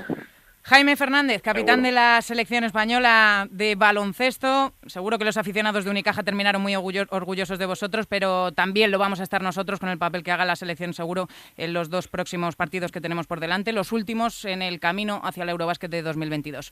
Jaime, un abrazo muy fuerte, un beso. Y muchas gracias. Muchas gracias, Marta. Un beso, que vaya bien. Chao. Hasta luego, gracias a ti. Dejamos al capitán de la selección española. Vamos ahora con el capitán de la NBA. Vamos con José Ajero.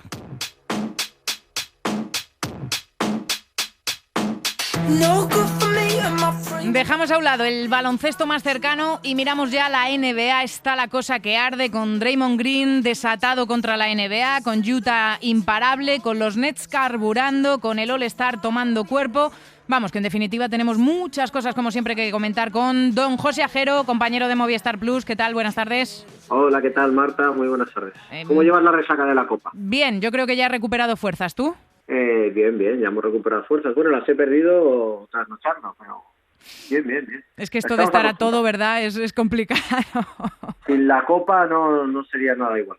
Eso es verdad. No se verdaría la temporada igual, así que perfecto. Eso es verdad. Oye, te quiero empezar preguntando por el gran susto de las últimas horas. ¿Qué se sabe del Aquiles de Anthony Davis? Bueno, se sabe que ha subido el punto de dolor, nos hemos quitado una preocupación de encima, parece que se ha quedado instalada ahí en ese punto de inserción más arriba del músculo del talón de Aquiles, del gemelo, que parece que no es tanto que pueda haber como una ruptura del tendón de Aquiles, sino un problema situado más en la parte del gemelo.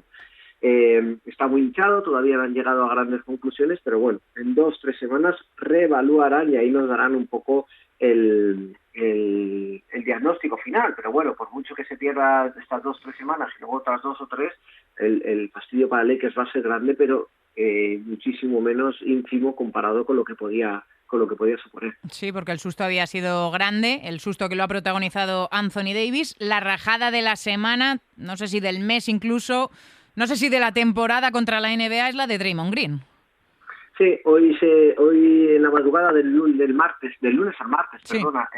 Se ha desmarcado con una... Sabes que es un hombre que es muy clarividente a la hora de hablar, y hoy se ha salido pues con una cosa que a mí en el fondo no estoy muy en contra de él, sino todo a favor, ¿no? Él se quejaba de que durante el calentamiento había visto a Andre Drummond preparado para jugar el partido, y que antes de empezar el partido le ha visto sentarse en el banquillo porque su franquicia, los Cleveland Cavaliers, le van a traspasar posiblemente a Toronto Raptors en las próximas horas, ¿no?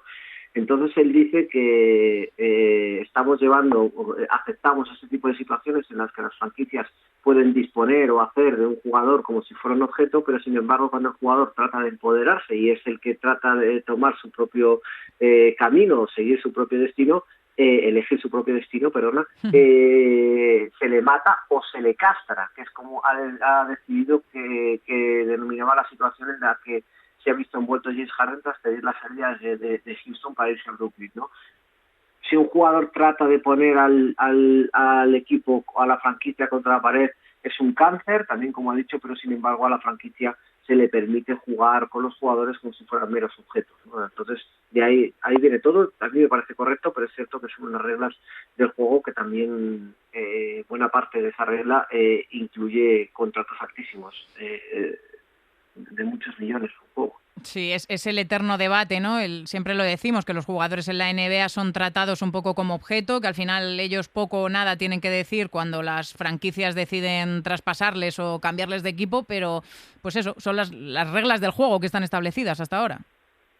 Efectivamente, ¿no? Y lo único que, bueno, pues yo entiendo que son las reglas y hay que jugar, pero también entiendo que lo que quiere decir Green también es que si a un jugador toma la decisión de hacer esto, que tampoco hace falta matarle, considerarle un cáncer, sino que simplemente hay que respetar esa decisión igual que lo hace.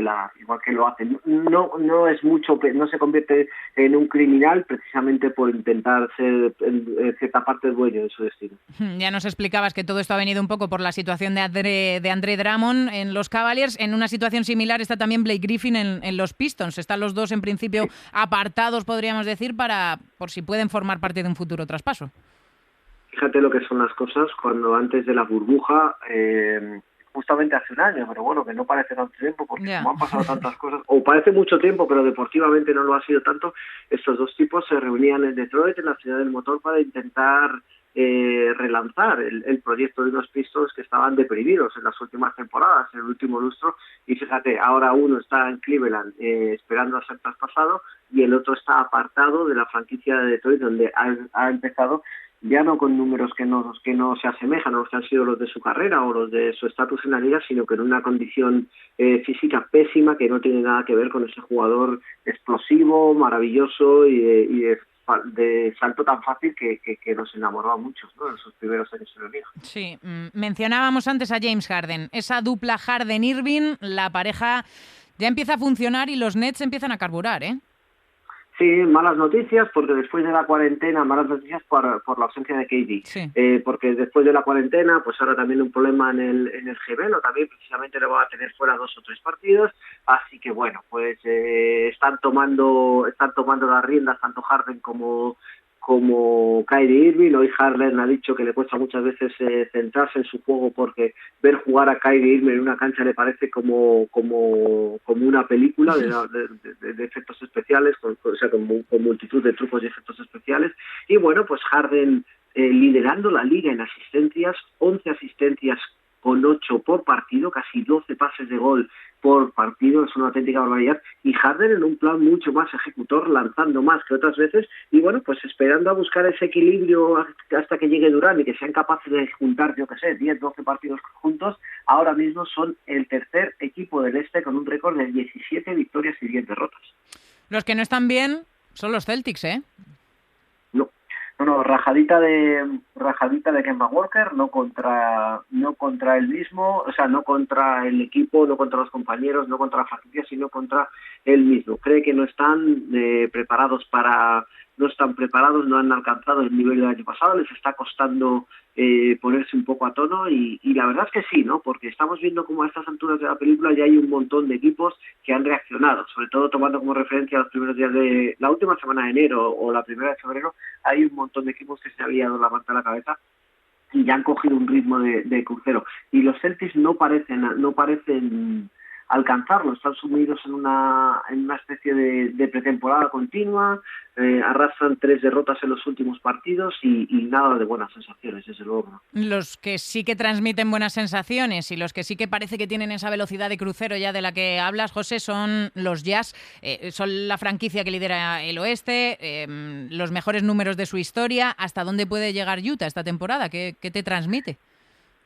Pues es una auténtica barbaridad, ¿no? Hoy, por ejemplo, en la madrugada de lunes a martes, otra vez teníamos a Jordan Clarkson, que se ha ido a los 40 puntos, anotando 8 triples, igualando el récord de la franquicia, ¿no? Pero hoy el ejecutor ha sido Jordan Clarkson, pero el facilitador ha sido Joe Ingles, que ha igualado en asistencias a Pete Maravich. Y todo esto se va acumulando, quiero decir, cada día es uno. Puede ser Donovan Mitchell, puede ser Rudy Gobert, puede ser Mike Conley, que ya lleva 10 días sin aparecer por el equipo por molestias físicas. Han conseguido alcanzar esa sensación de conjunto ahora mismo inigualable en la liga, con 19 victorias en los últimos 20 partidos, que no es que igualen ningún récord, es que está pulverizando los mejores registros de la época de Stockton y Malone, y con un juego realmente atractivo para los entrenadores e incluso para los aficionados, porque ya te digo, es una movilidad de pelota espectacular, una circulación brutal y una ejecución de hombres que están demostrando que tienen puntos y que tienen mucho baloncesto. Un equipo divertido, sin duda, para ver. Te quiero preguntar por 2 nombres propios. El primero, Luka Doncic. Sigue firmando numerazos, pero él mismo se desmarca ya de la carrera por el MVP. Dice que no debería estar ni siquiera entre los candidatos después de una temporada en la que está brillando, está haciendo, como digo, numerazos, pero que es verdad que no siempre sirven para que Dallas termine ganando partidos. Hasta que Luka no lleve más tiempo allí que aquí, y podamos juzgarle de otra manera o decir que ya no conocemos tanto sus maneras o si ha cambiado mucho, nos tenemos que quedar con la idea y con la imagen que tenemos de Doncic aquí. Y Doncic aquí sabíamos que era un ganador. Es un ganador. Doncic ha sido campeón de todo lo que ha jugado en Europa, llevándose de registros individuales, pero esos registros individuales siempre han ido acompañados de ser el mejor jugador del mejor equipo. Y él, por eso yo creo que no pasa por su cabeza la idea de ser MVP de la temporada mientras Dallas lo gana. Luka ha ganado toda su vida con el Real Madrid y con Eslovenia, y con Dallas quiere hacer lo mismo. Y si por el camino, ganando, es capaz de conseguir un premio, bien, pero no era por ningún premio. Está mejorando en las últimas semanas, estábamos esperando que llegaran esos 6 partidos seguidos de Dallas en casa, están mejorando el lanzamiento de 3 puntos, ya se ha ido por encima del 34%, haciendo buenos registros. Bueno, nos deja un fin de semana en el que ha anotado 90 puntos en 2 partidos. Así que, bueno, uno con victoria, otro con derrota, pero es lógico que ni se atreva a pensar en el MVP. Y otro que sin querer prácticamente hace numerazos y que también está, ¿por qué no?, en esa carrera por el MVP es Stephen Curry. Ha regresado, vuelve a ser él, 10 partidos consecutivos por encima de los 25 puntos.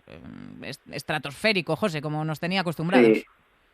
Mira, hoy en Básquet al Día podíamos comentar perfectamente cómo ha sido capaz de él en 2016, hay que recordar la temporada 2015-2016, este equipo bate el récord de victorias de la NBA con 73, al final acaban perdiendo el anillo y Stephen Curry protagoniza uno de los mejores meses estadísticos en la historia de la NBA, que fue febrero de 2016. Yéndose por encima de los 30 puntos, 50% de acierto en triples, más de 5 rebotes, más de 7 asistencias. Bueno, pues esos números prácticamente están siendo calcados en este enero de 2021. Un lustro después, 5 años después, Stephen Curry está poniendo estos números. La situación es bien diferente, el equipo no gana todo, pero está ganando, y bien es cierto que ahora estamos en una época en la que no tiene mucho acompañamiento interior, ¿no? Porque precisamente los 2 jugadores interiores de referencia han desaparecido. Lo que tiene es un facilitador espectacular como Draymond Green, que ayer le dio una docena de asistencias. Así que aprovechando la situación para anotar y para hacer puntos y para colocarse sin ninguna duda en lo que sería su camino hacia otro MVP. Y me quedan 3. Empiezan a remontar el vuelo los Timberwolves de Juancho y de Ricky. Mejores sensaciones de Ricky, por cierto, en estos últimos partidos. Claro, ha vuelto Karl Anthony Towns y al final la vida es mucho más fácil para todo el mundo y en especial para un base como Ricky Rubio, que puede pasar mejor la pelota, tiene un referente a quien darle la bola y también se le fabrican un poco más de espacios para lanzar. Sabemos que normalmente ha tenido problemas con el lanzamiento, las 2 últimas temporadas las ha ido mejorando, pero esta temporada se ha visto empeorado otra vez porque al no tener una referencia interior, los exteriores pueden arriesgar más, y es lo que estaba pasando un poco en estos tiempos. Pero también de quitarnos la gorra, el gorro, el sombrero con Ricky después de reconocer que a lo mejor no ha llegado tan bien y tan preparado como debía a este inicio de temporada. ¿Te estás frotando mucho los ojos con los Knicks de Julius Randle? De Julius Randle, ahora de Derrick Rose también y Manuel Quickley, que lo están haciendo realmente bien, pero en el fondo yo creo que son los Knicks de Tom Thibodeau que dependiendo de lo que pase esta semana podrían dormir en el 50%, ¿no? La pasada temporada a estas alturas de la película estamos en 13 victorias y 14 derrotas. A estas alturas de la temporada tan solo habíamos acumulado 4 victorias, así que bueno, 7 victorias, así que bueno. Lo que más me gusta es que Thibodeau está consiguiendo esa esencia de equipo duro, de equipo del oeste, que es realmente lo que marca la herencia, por decirlo de alguna manera, histórica de estilo de juego de los Knicks. Miraba números y algún dato esta mañana de ese partidazo que se había marcado Julius Randle en la última victoria de los Knicks. Son números que no se habían visto en Nueva York desde hace 183 partidos. Sí, y además no necesitábamos que se fuera al triple-doble también porque con todo el ruido que ha hecho Quickley, con todo el ruido también de Rose, llevábamos un mes de febrero que ha sido el peor en competición de Julius Randle y está siendo muy bueno, ¿no? Así que necesitamos un partido de estos para que vuelva a coger confianza, vuelva a estar ahí y vuelva a ser una referencia interior o exterior, porque la verdad es que el hombre hace lo que le da la gana con muy buenos porcentajes de tiros de 3 puntos esta temporada también. Así que necesitamos eso, necesitamos que en esta época en la que todo el mundo bate récords, pues los récords de los Knicks, que parece que se quedan ahí apilados y que sirven para toda la vida, también vayan cayendo. Y la última, no vamos a dejarlo a un lado, siguen las votaciones para el All-Star, LeBron y Durant, de momento los más votados hasta ahora. La última noticia que hemos sabido, que hemos conocido, es que va a ser un All-Star completo, con sus concursos de triples, de habilidades, de mates y con todo, vaya. Sí, vamos a ver cómo se van apilando también, por decirlo de alguna manera, las reacciones de los jugadores profesionales, o sea, de los jugadores gordos, los que van a LeBron, Giannis o que son algunos de los que han mostrado su desacuerdo con la celebración de este All-Star, pero oye, ahí está encima de la mesa, la NBA lo propondrá y los jugadores tendrán que decidir si lo juegan o no lo juegan, pero vamos, a mí me da que si la NBA quiere hacer esto, fíjate que estoy prácticamente convencido que tiene que haber vacunas por medio. Sí. Algo tiene que haber, porque si no el riesgo puede ser demasiado elevado para jugársela, sobre todo para jugársela ante la situación en la que nos encontramos. Eso es lo que yo creo. Así que bueno, vamos a ver la evolución, pero ya te digo, me preocupa un poco más el cambio. Se va a hacer, desde luego que sí, pero el cambio de opinión de los jugadores críticos, porque yo lo puedo criticar, tú lo puedes criticar, Marta, pero no es ni parecido a que lo haga LeBron James. Estamos hablando de ser más gordo de todo el acuario. Que tú y yo lo critiquemos con todo el cariño que te tengo y con el que me tengo a mí misma. A la NBA creo que no le va a preocupar mucho, pero si lo hace LeBron, creo que un poquito sí que les puede interesar. Eso seguro. Desde luego que sí. José Ajero, como siempre, un auténtico placer y un lujo contar con tu sapiencia aquí en este Play Basket. La semana que viene más y seguro que mejor. Un beso muy grande, gracias.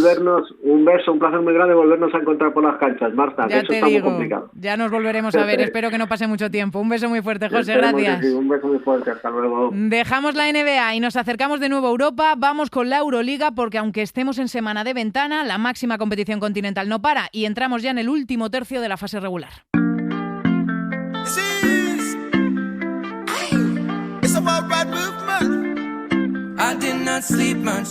Seguimos, al final va a tener razón Paco Jo y el programa precisamente corto no nos iba a quedar.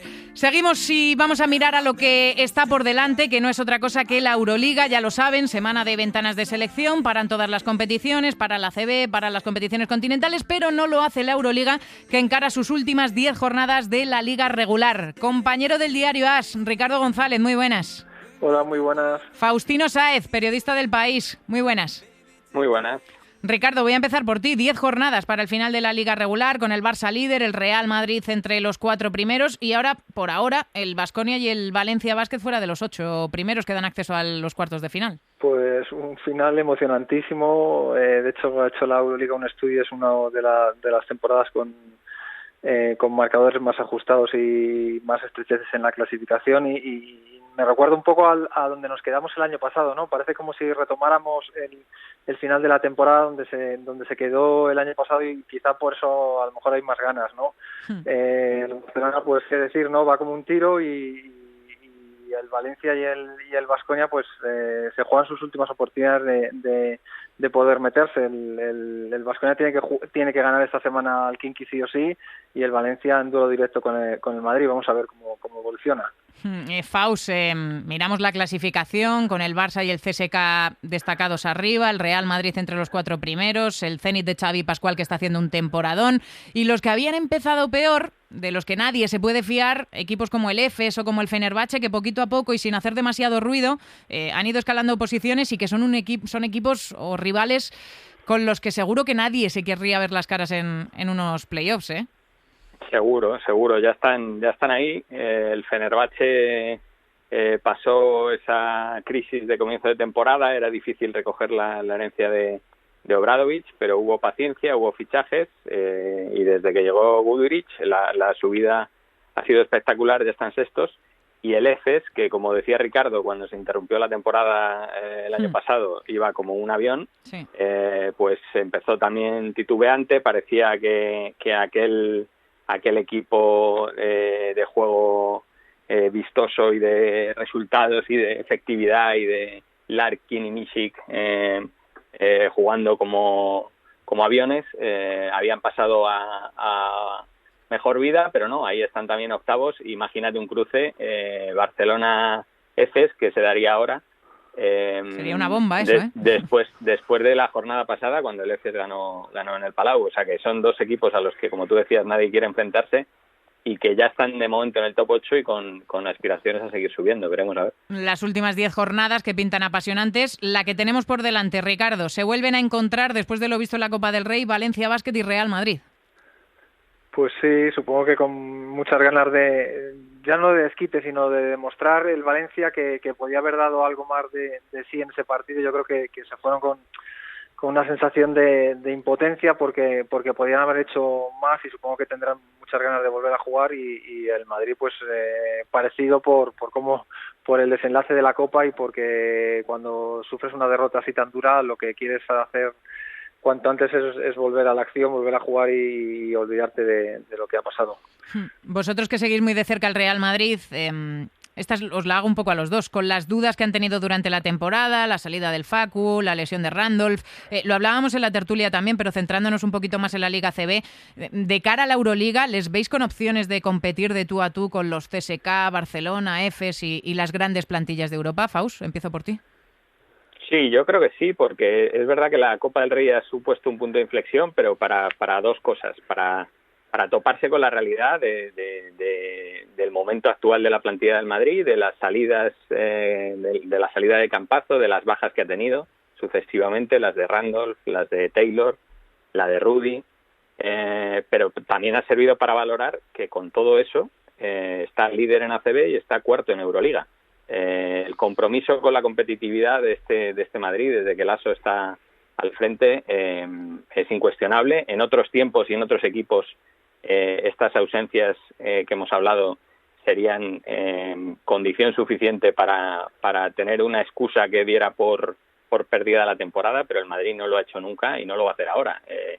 Ese punto de inflexión de la Copa ha servido para ver en qué punto están, pero yo creo que queda temporada por delante y que igual que han llegado hasta aquí siendo cuartos en Euroliga y líderes en la Liga CB, yo creo que ese compromiso competitivo se va a mantener. Es verdad que con todas las limitaciones del mundo que estamos diciendo, pero yo creo que al Madrid le da para competir, desde luego para entrar en el top 8, veremos a ver si como cabeza de serie, pero yo creo que les da para competir, sobre todo por libro de estilo, más que por lo que tengan o no de plantilla. Richie, ¿cómo lo ves tú?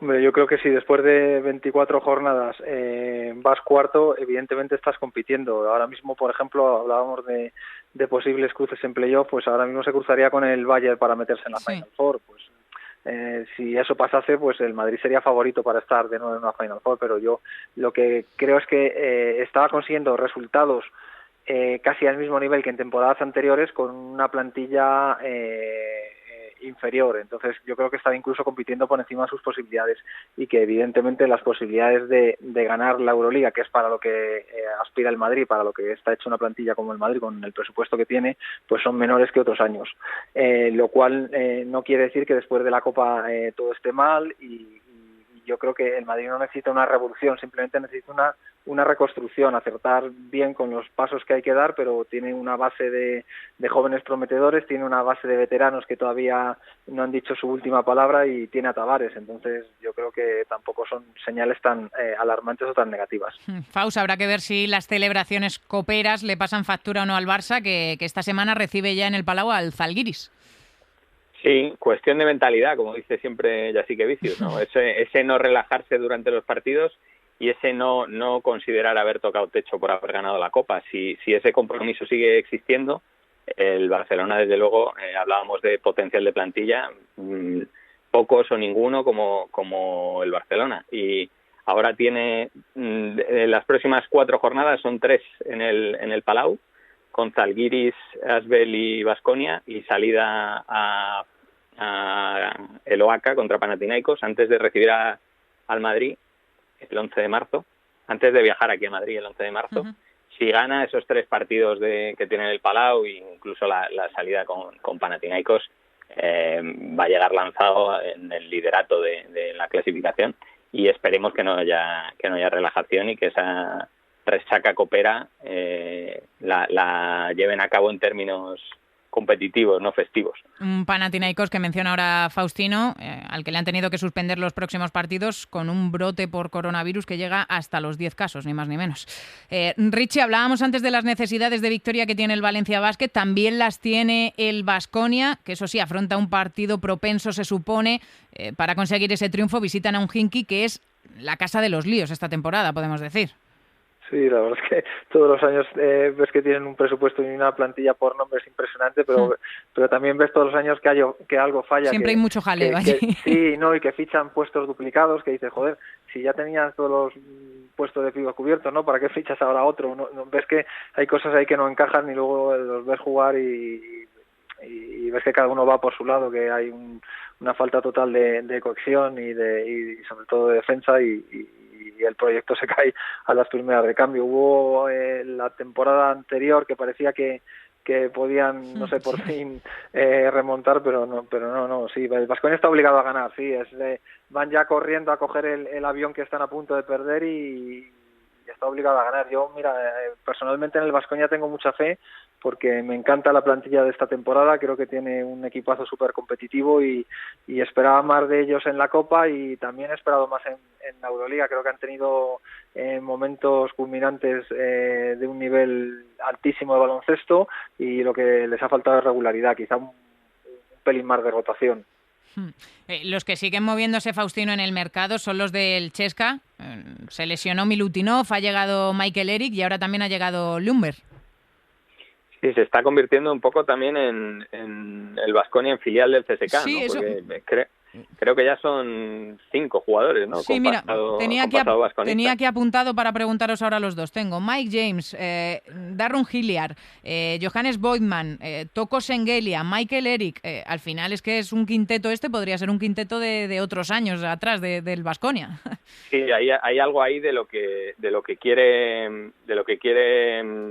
fortalecerse el CSKA, ¿no? De ese carácter Baskonia, de ese carácter competitivo, de eso que decía Sengelia cuando le ficharon, ¿no? Que le valoraban tanto por sus cualidades baloncestísticas como por su espíritu competitivo y por su ejemplo de jugador duro y de estos que cohesionan el equipo, ¿no? Entonces yo creo que el CSKA está obligado un poco por heráldica y por presupuesto a no dejar que las bajas le coman y en esos refuerzos van un poco encaminados en esa idea, ¿no? De mantener un poco el estatus a pesar de las dificultades que están teniendo este año.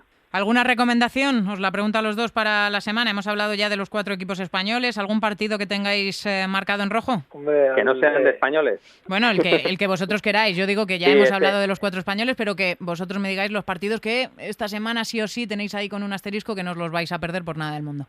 Ese CSKA Panathinaikos está muy bien y luego hay un Efes Olympiacos que también va a medir ese subidón del Efes que tiene muy buena pinta. Y el Armani Maccabi, por ejemplo, ¿no? Para ver al Armani que acaba de ganar la Copa en Italia después de años ahí peleándose en el torneo y bueno, uno de los equipos punteros que aspira a dar la sorpresa en la Final Four. Con el Chacho haciendo lo que mejor sabe, repartir asistencias sin parar, ¿no, Richie? Sí, impresionante, sí. Y premiándole, sí. La verdad es que sí, a muy buen nivel y yo creo que tienen, lo hablábamos el otro día, un bloque yo creo que en el punto exacto de madurez competitiva para poder, a lo mejor no llegar como el mejor equipo, pero sí para 2 partidos si te metes en la Final Four poder dar la sorpresa y poder ganar a cualquiera. La verdad es que pinta una recta final de la máxima competición continental de la Euroliga apasionante, con auténticos plantillones y nosotros que nos vamos a divertir, 1 viéndolo y 2 contándolo aquí cada semana en Play Basket y por supuesto disfrutando de los conocimientos de Ricardo González, el compañero del diario AS, y de Faustino Saiz, el compañero del País. Chicos, como siempre, un auténtico placer, un lujo. Un beso muy grande. Un beso, gracias a ti. Un beso, muchas gracias. Dejamos la Euroliga y encaramos ya la recta final de este Play Basket. Recta final ya de este Play Basket de edición express, se supone, aunque creo que no nos está quedando demasiado corto, la verdad.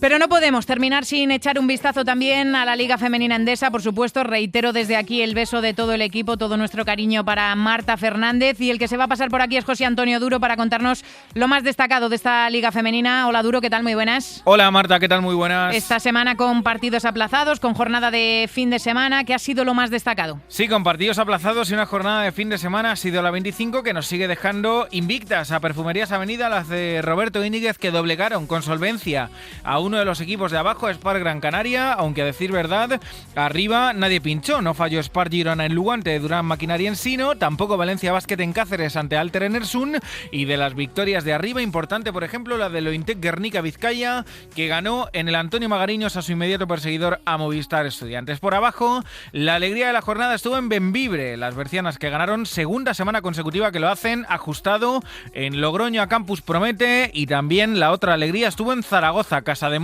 que ganó en Zamora al colista Quesos el Pastor. De abajo solo ganó Embutidos Pajariel, y de lo que viene todo apuntaba a recuperación de partidos, pero por contacto estrecho de COVID se ha vuelto a aplazar. Por ejemplo, para hoy el Movistar Estudiantes Perfumerías Avenida, así que el partido del líder que se jugaba hoy se recuperaba, nuevamente aplazado. Y por no perder las buenas costumbres, las tradiciones, ¿quién ha sido la MVP? Bueno, pues hablábamos de la zona baja y ahí es donde buscamos a las mejores jugadoras de la semana. Por un lado, en Embutidos Pajariel, lo comentábamos, la Sam Higgs, hasta los 31 puntos, 7 rebotes, una asistencia, se va a los 30 de valoración y llama la atención la cantidad de faltas recibidas por la jugadora americana, 10 en esa victoria en Logroño. Además, es la tercera máxima anotadora de la competición. Y también tenemos esta jornada, es compartido a Sika Koné, la jugadora africana de Mali, de Gran Canaria, 15 puntos, 16 rebotes esta jornada, y lo mismo que su compañera en León, 30 de valoración, Koné, que es MVP semanal por cuarta jornada en esta temporada. Casi nada, cuarto MVP de la temporada. Palabras mayores. Gracias, Duro. Ahora sí, vamos cerrando. Nos vamos. Hasta aquí esta edición de Play Basket. Gracias a Alfredo Moreno, haciendo que todo suene a las mil maravillas en la dirección de la parte técnica, y sobre todo muchas gracias a vosotros, muchas gracias a vosotras por estar escuchando al otro lado, porque sin vosotros ahí todo esto no tendría ningún sentido. Gracias por escucharnos. La semana que viene más, ya con el jefe de nuevo a los mandos, y ya os lo anticipo, en un programa que va a traer muchas sorpresas. No os lo perdáis, ya veréis. Ha sido un auténtico placer. Hasta luego, adiós.